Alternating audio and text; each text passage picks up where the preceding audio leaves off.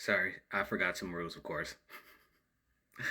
Um, in your room or in your house, your residence, you couldn't have a number. You had to have a certain number of things on any surfaces at any time. Um, I think it was like four things on any surface. Period. You also couldn't leave your book bag, like your carrying case, to and from the meetings. You couldn't leave that because they calculated how many times a housekeeper would have to move a book bag out of the way to like vacuum or something. And if she had done it 20 times in a day, she could get carpal tunnel or some odd number they had found out. So you had to remember that. If you had a dry bar in your room, you had to make sure that that was concealed. And if you had any artwork or any sculptures or any decor in your room, it could not have any nudity in it whatsoever. It could not depict anything that was against Christian living. Um, Anything like that was a no. Inside your room, you also had to make sure your bed was made every day. That was obvious, had to be clean, pretty much spotlessly. All the housekeepers really did was check to make sure that your room was clean, and then they would just wipe things down, disinfect, vacuum sweep, things like that, once a week. But you did the major maintaining of your room throughout the week. Now, there were other rules too, where you had to make sure that if you were, let's just say you were at the morning worship table or at any table when you're eating, you could only take a tenth because there's 10 people at the table. You would take a tenth. You could not sit, sisters could never sit at the head of the table ever, unless that was a table full of sisters. And that was only on like the weekends or if she had outside guests who were not baptized or all sisters or something like that. But sisters could never sit at the head of the table. If you were at the head of the table, it was preferred that you were an elder or at least a ministerial servant in any case whatsoever at any time. You, again, there were 10 people to the table. When you were given the food, it is all you can eat. However, the first go round is 1/10 of whatever is inside that bowl or dish, and then you can eat. And then the table head will tell you how far or which direction we're going to go in order that everyone has enough food. It was outrageous. There were so many rules. You know, it's crazy when you start to say these things out loud, they sound crazier and crazier. But when you're going through them, you just don't think. Anyway, um, and then of course, if there was leftovers, you or any type of food line, because they had buffet lines from time to time, especially during supper times, you would have to make sure that you took what you needed just for that day. Don't take an abundance of stuff. Now, people broke that rule all the time. um, One more thing on rules, they changed a lot and they changed frequently, so that was very frustrating because sometimes you get used to, things being the way they are, and that's fine. But then the rule doesn't get less strict; it gets more strict. Like for wearing uniforms. So in our department, like you had to change your clothes before you did certain things because of food safety rules. So we had to change out of our waiter gear into changing cleaning clothes gear so that we could clean the dining room and the kitchen or cook in the kitchen.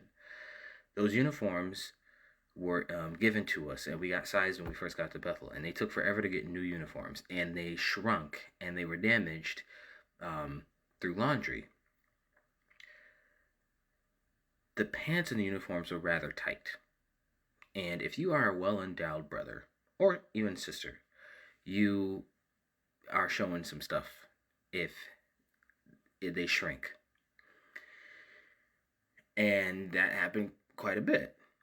So, myself being well endowed, I liked to have my shirt of the uniform cover at least the first portion of the bottom area of my body so that it wouldn't have too much attention.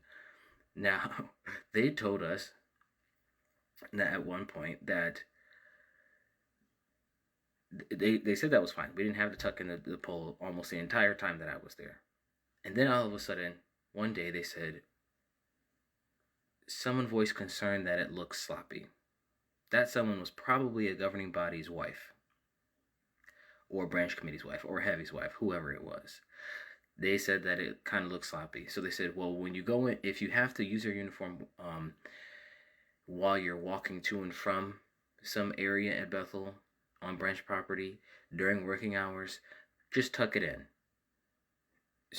If you have to go past the tour route, and then you can untuck it when you get back to work.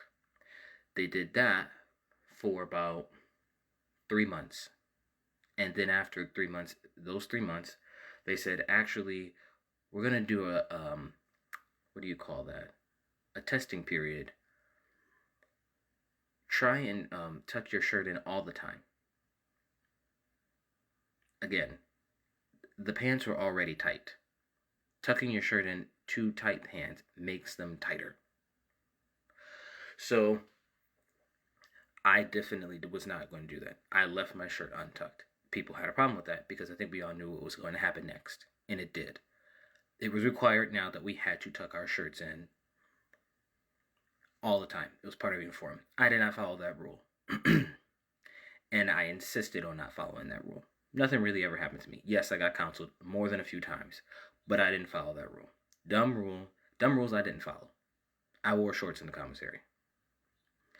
I did not take a tenth of food. I ate what the fuck I wanted when I wanted it. All types of anything stupid, I was not going to comply to. And that's the thing. There's so many rules to break that people do break rules. How are they enforced? If you broke a rule, you're going to get talked to by the closest overseer. And that can be a very frustrating conversation because whoever's talking to you barely has any authority in heaven or on earth. And you don't want to have this conversation. You're already pissed off. You're breaking the rule because it's a personal preference and you're not going to change. So you can talk to me until you're blue in the face. I'm not following that dumb ass rule. And it was funny, if enough people bucked against a certain rule, then it would change.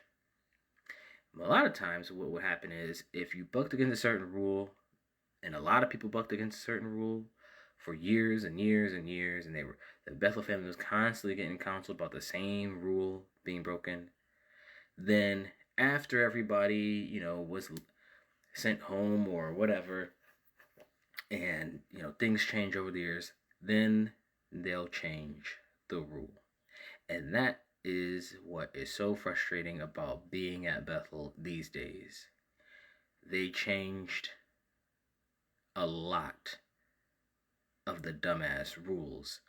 So the kids at Bethel right now, they have no idea how it used to be. And that's what we were always told when we were there.